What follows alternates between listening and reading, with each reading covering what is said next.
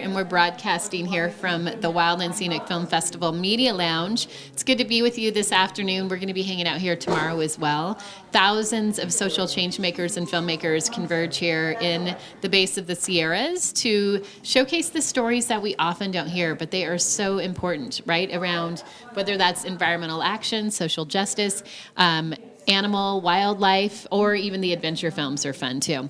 I'm excited I have Jimmy Evans with us here. The film is called Naturally Selected. Jimmy is joining us from Florida, actually. And so first of all, welcome, Jimmy. Yeah, thanks so much for having me. It's great to have you here. Have you been to Wild and Scenic before? No, this is my first time. How about Nevada City? First time for that too. Okay, because you're in Florida. I am, yeah. Right, so tell us about the film Naturally Selected.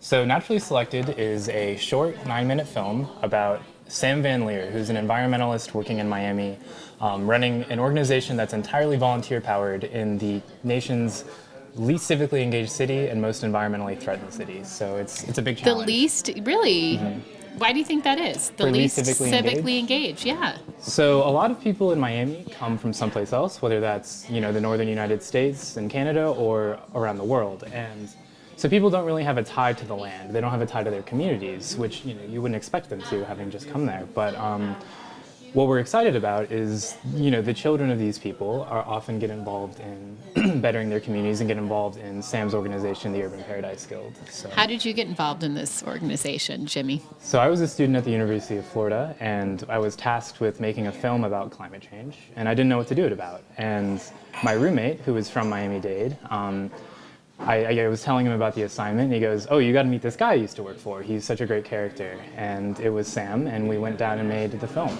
So given the film's success, we've decided to, I relocated down to South Florida to work on a feature-length version of Naturally Selected. Wow. So Wild and Scenic is based a lot on action and tools that we can take away, even for folks who are watching this and maybe don't live in Miami, for example, right? So what are some of the key takeaways that you want the viewers to have an experience and to be able to move forward with? Right. So Sam's organization is called the Urban Paradise Guild, and what they try to do is create urban paradise every day in every way. What does that mean, urban paradise? So it's somewhere where people of all income, all economic levels can live comfortably and healthily. So a lot of the efforts are to create vegetable gardens, to learn how to take care of nature and the land and restore it to what it could be, to make it a pleasant place to live. And I think people everywhere can do that. You can go out and demand the kind of world that you want to live in, and that's what Sam's been doing for the last 8 years. That's what he's been showing people how to do, and I think people everywhere. How has this influenced you personally? I mean, personally, before making the film, I wasn't, I was aware of climate change and worried about it, but I didn't know what I could do. I didn't know where I fit into the picture, and I think once someone figures that out, that they actually have the power to make a change, like I feel like I have, it really empowers you and inspires you to go out and do everything you can. So Florida's gone through a lot. Yes. What were you affected by some of the recent hurricanes that were? Was that on that? I'm thinking if it was on the Hollywood side that you were on, or. Yeah, it didn't hit Miami-Dade as hard as we were worried it would. There still was a lot of flooding, a lot of houses were damaged, but it hit the west side, like Naples, a lot harder.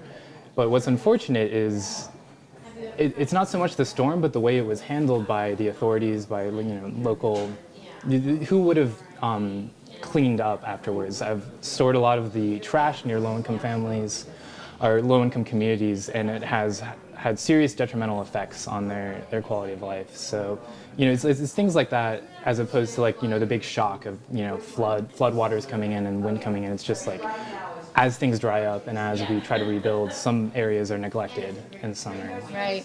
So knowing that there is so much intensity around natural disasters and destruction, especially what we're seeing in Florida, as a younger person, what are you both modeling and what are you, that's more personal, right, in the work that you're doing, but even just messaging, what would you want to say to the younger people in that, and especially in your own community, right, about how important it is to be aware of this? And maybe they are. Are you seeing that?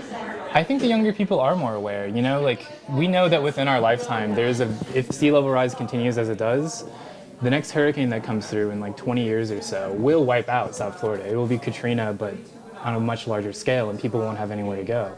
And I think people are worried about that, but there's not always a vehicle for that anxiety, to act on it. And I would like to show people that there is, that you can go out and change the world just by taking smaller actions within your community, by, not only changing the natural world into something more sustainable and more livable and pleasant to be around, but, forming links with your community and, finding that while an individual may not have much of an impact, when you band together and form an actual coalition, then a lot can be done. Right. So the theme here this year is groundswell. Right. For Wild and Scenic. So on a personal level, what does that mean to you this year, Jimmy? Like, as far as the groundswell, and especially when we look at the younger generation. Mm-hmm. I know in South Florida we really feel, in a lot of ways, it's now or never for taking action on climate change. If we aren't the generation that steps up and changes the way we go about life, we won't have a home. We won't have a home by the time we're 50, 60, 70 years old. So, I feel inspired personally, and being around peers who are just as inspired and going out and doing stuff is, I feel the groundswell. What are the next steps for you? What else do you have in store in this upcoming year? Yeah, so we are working on the feature-length version of Naturally Selected that will follow Sam and also kind of cover the bigger South Florida environmental and political landscape. So we're really excited about the reach that film can have and the support that will bring to the Urban Paradise Guild.